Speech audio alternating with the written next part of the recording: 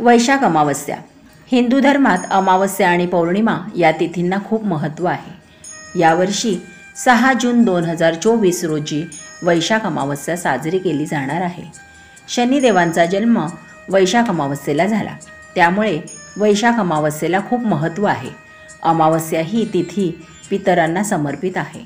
तसेच या दिवशी भगवान विष्णूंच्या विधिपूर्वक पूजनाने श्री विष्णू आणि माता लक्ष्मी प्रसन्न होतात.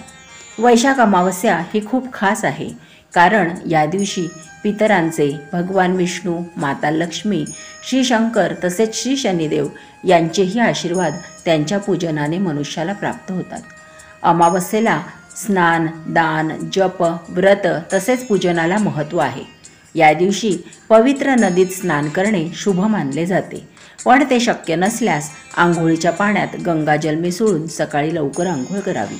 घराची स्वच्छता करून उंबरठ्यावर हळद आणि गोमूत्र एकत्र करून या हळदीच्या पेस्टचे लेपन करावे. त्यामुळे घरातील नकारात्मक ऊर्जा नष्ट होते.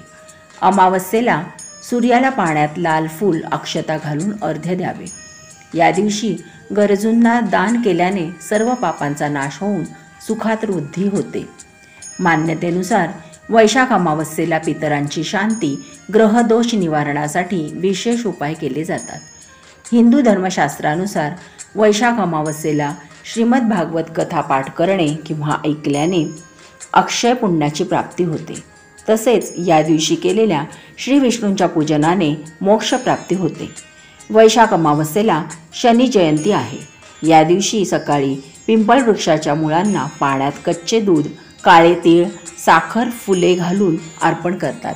यामुळे शनी दोषापासून मुक्ती मिळते आणि शनिदेव प्रसन्न होतात. तसेच पिंपळाच्या वृक्षात पितरांचाही वास असतो. यामुळे पाणी घालून ओम पितृभ्यो नमः या मंत्राचा जप करावा. पितरांचे आशीर्वाद लाभून प्रत्येक क्षेत्रात सफलता मिळते अशी मान्यता आहे.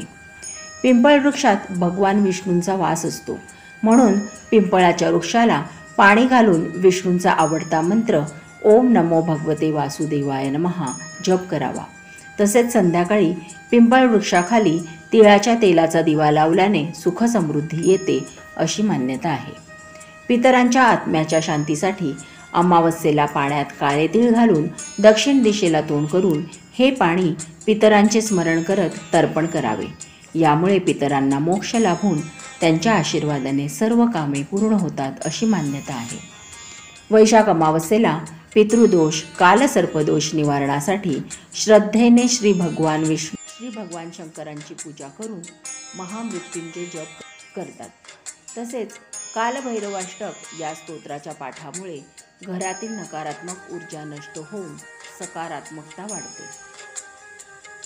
धार्मिक मान्यतेनुसार अमावस्येला झाडू खरेदी करू नये, त्यामुळे माता लक्ष्मी नाराज होते. तसेच या दिवशी डोक्याला तेल लावू नये, केस नखे कापू नये असे म्हणतात. अमावस्येला पिंपळ, वड, तुळस या पवित्र झाडांची पाने तोडू नये.